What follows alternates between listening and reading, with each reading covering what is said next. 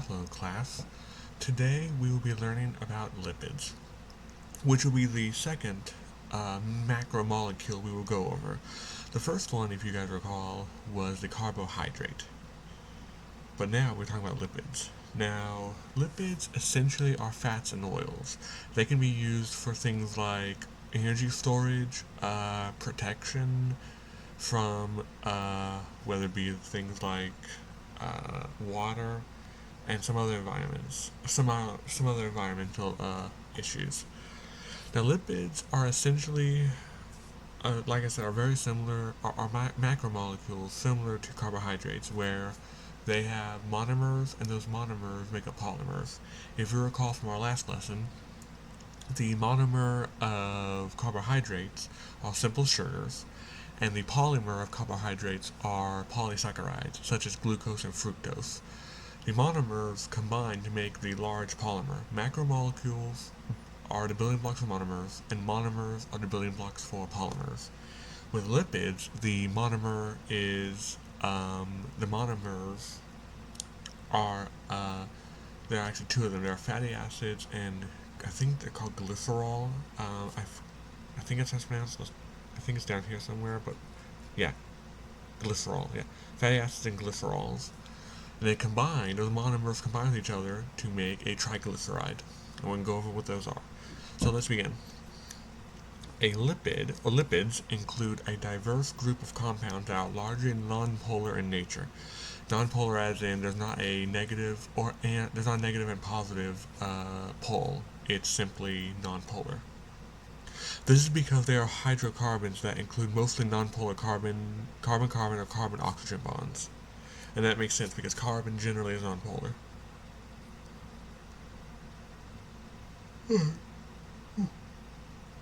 Lipids are also the building blocks of many hormones and are an important constituent of all cellular membranes.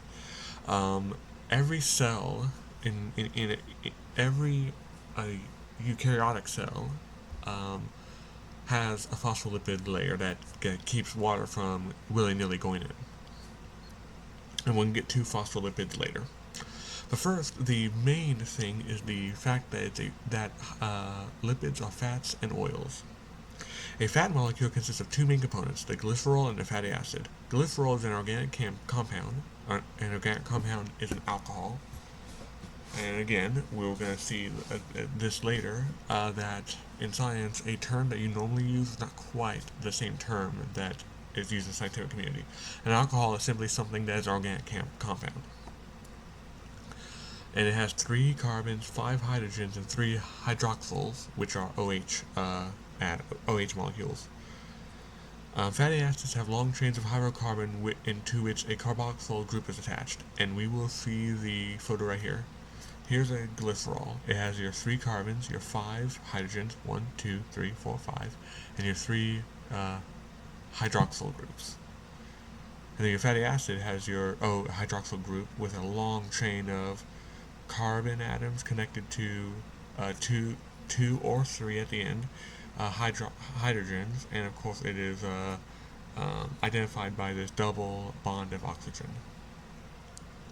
And these two are highlighted because when you make a triglycerol, the polymer of a lipid, it undergoes dehydration synthesis, which if you recall from chapter earlier, which had been 3.1, dehydration synthesis is when a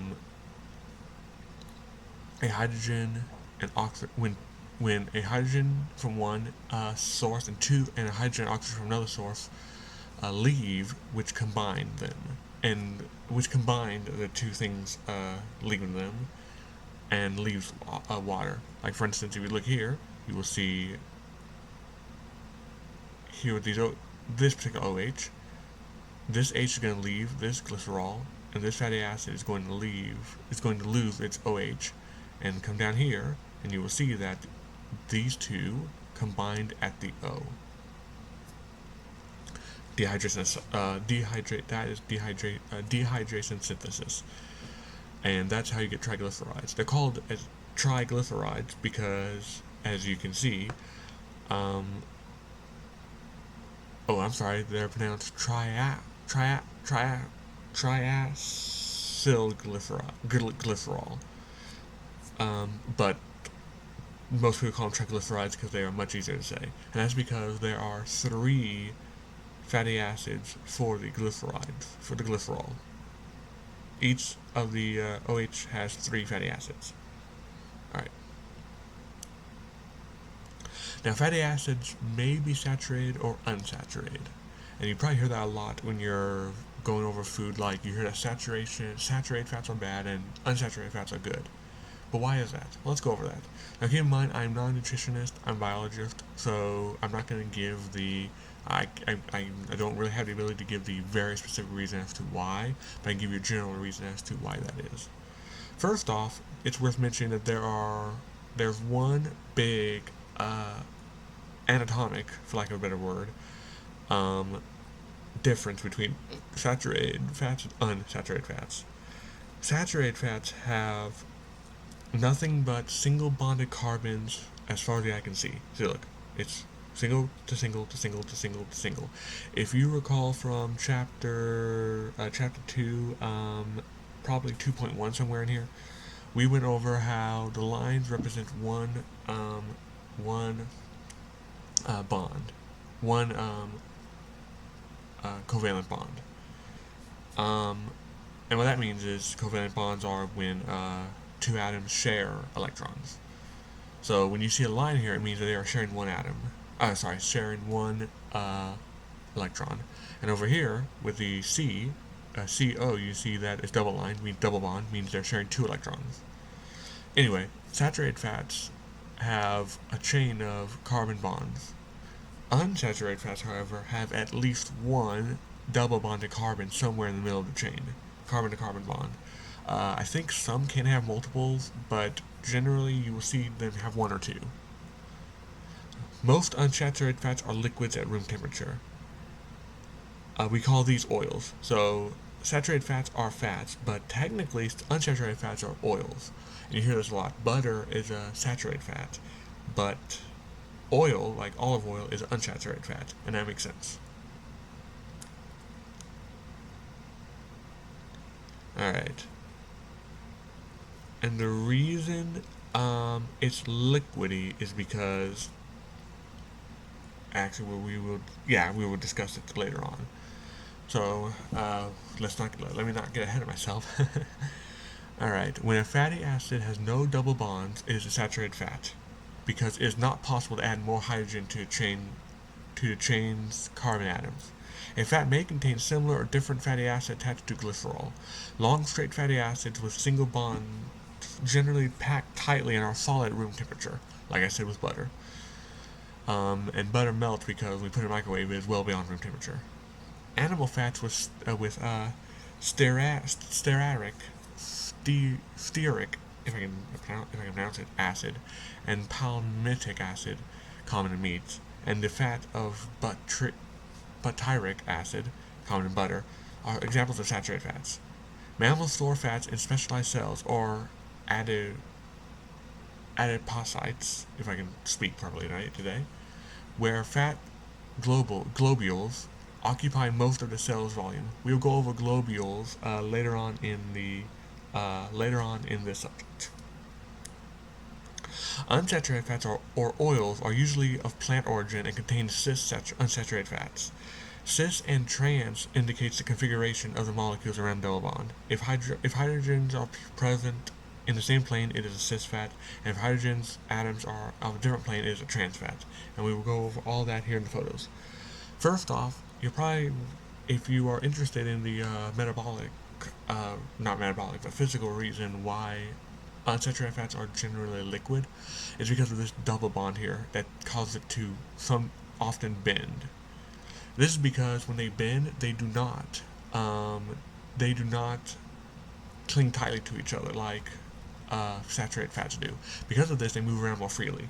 If you recall from, I don't know if we went over this in this particularly, but in any kind of chemistry or physics course, you learn that energy is simply how a molecule or atom moves. If it moves a lot, it will be in a gaseous state. If it moves a little bit, it will be in a liquid state, and if it moves very little, it will be in a solid state. Because these things cannot pack tightly together, they do not really form solid bonds, and therefore are more fluid. That's why they're liquid. As opposed to saturated fats, where they can cling tightly to each other, you see all these gaps. And again, that's not exactly how it works, but that's a good way of visualizing it. Because of the way this is set up, you can have chains of these much easier than with unsaturated fats. And with trans fats, it's kind of the same thing. Now, you probably heard this a lot, trans fats, when you're looking at your nutrition. However, it's not trans fat. It's not trans unsaturated fat. It's a cis unsaturated fat. Cis means basically the same, while trans means to change. And this is what you can see here. Like with the cis unsaturated fat, the hydrogen bonds are on the same side of the double bonded carbon atom. But in the trans fats, the hydrogen's on the opposite sides of the double carbon bond, as you can see here. Same side, different side, diagonal. Alright, and in the food industry, trans fats are very commonplace. As a lot of people look out for those. Now, omega fatty acids, which I didn't really go over a whole lot in my semester, are required by humans but are not synthesized. They are into a category of one of only two known for humans. They are polyunsaturated fatty acids. Means they actually do combine here, and here it is. If you recall from our previous, I believe the carbohydrates in our previous lesson, with something that's diagonal like this, if it does not have a letter in a corner, in an angle, then it's a carbon atom. So here we see that not only is this omega vitamin not straight and has bends to it, but also is in a bit of a circular pattern. Not to mention it has a whole different atomic configuration altogether. Okay. Now, like carbohydrates, fats have received considerably bad publicity. It is true that eating an excess of fried foods and other fatty foods would lead to weight gain. However, fats do play an important function. Many vitamins are fat-soluble, and fats serve as a long-term storage form of fatty acids, a source of energy. They also provide insulation for the body. Therefore, you should consume healthy fats in moderation amounts on a regular basis. And this is especially important if you live in a cold climate or you exercise a lot. Clearly, you want some kind of excess energy, excess fat, if you need it, if your lifestyle requires it. Now, obviously, if you're not very active, nor do you live in a really cold climate, you don't really want a whole lot of fat on you. But yeah, fats are important, and it's important to keep those up. But especially if, for some reason, you, heaven forbid, don't eat for a while, you're going to need those fats. But obviously, if you're starting to get into the overweight or obese category, you most definitely do not need more lipids, because these lipids are simply your energy storage. It sounds like exaggeration, but the people on, say, my 600-pound life could probably go 2+ months on their fat alone. When you eat, when you have energy, there are three categories of energy. There's one, your instant energy. This is stored in your muscles. This is where carbohydrates come in. We went over this. When you eat an apple, for instance, a lot of the sugars and those carbs in there turn to sugars, which are used by your muscles as soon as possible. Your second form of energy is from your lipids. If your body determines that there's not enough carbs to go off of, then it will go off of your fat. And this is particularly why when you exercise to lose weight, you have to output more than inputting, because you input more than you output in, that extra goes into fat. That's your second base. And if you ever, and again, heaven forbid, if you run out of fat, then it goes to your muscles directly. So you have to break down everything else to keep the body going, which a lot of people say is a very painful way to go, especially if you start to eat at your brain. But again,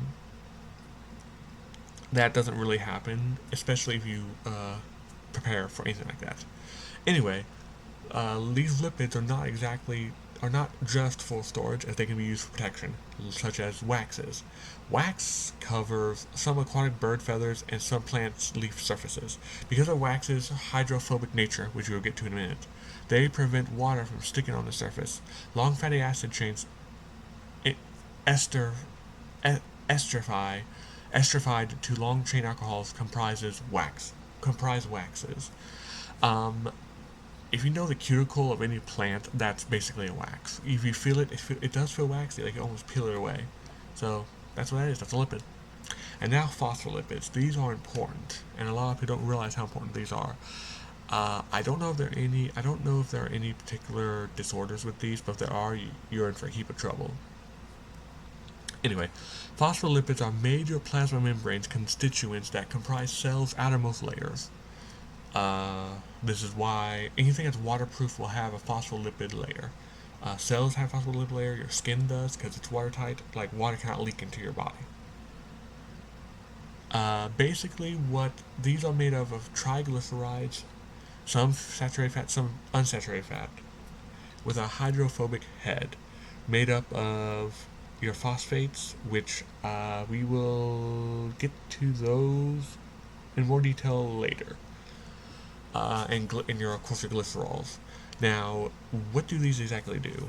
Well, you heard the term hydrophobic. Hydro means water, and phobic means against, fear, against. Um, these things are made up of hydrophilic heads and hydrophobic tails. Okay. Alright.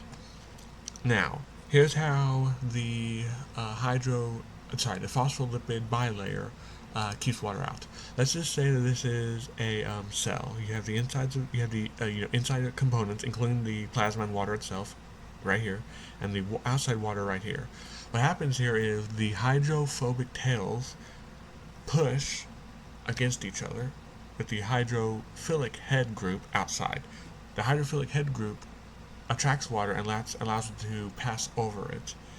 But the hydrophobic tails are combined and retract water, which makes sense if you look at the structure here.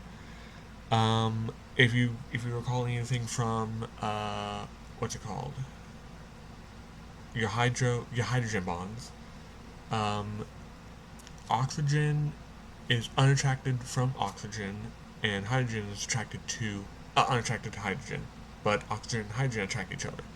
So with the hydrophilic head here, the oxygen attracts the hydrogen atoms of the water molecules that brings it towards them. But if you recall, the tails here are hydrogen, which repels water molecules, because there are more hydrogen atoms, it tends to dominate how that goes.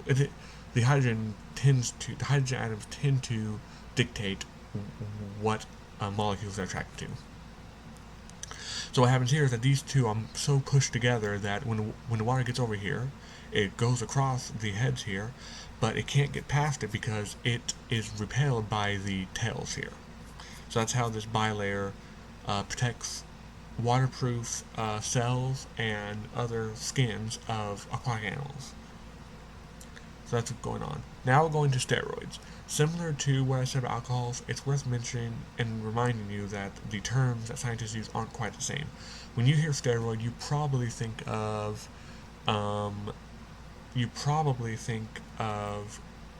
like what football players take or sports players take, to give themselves a competitive advantage. But technically, that's not what happens. A steroid essentially is similar to a hormone, where a steroid basically not triggers, but gets certain reactions to get going. Probably the most well-known steroids are estrogen and testosterone. And cholesterol apparently is also a steroid, which a lot of people don't even think about. But here we go. Unlike the phospholipids and fats that we discussed earlier, steroids have a fused ring structure, as we can see here. Carbon rings. Although they do not resemble the other lipids, scientists group steroids with lipids because they are also hydrophobic and insoluble in water. Insoluble meaning they do not dissolve. All steroids have 4 linked carbon rings, and several of them, like cholesterol, have a short tail. Many steroids also have an OH functional group, which puts them in the alcohol classifications.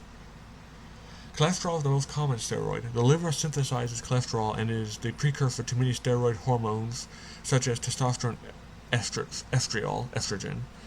But yeah, that's probably a better way to put it. Steroids create hormones which trigger reactions in the body.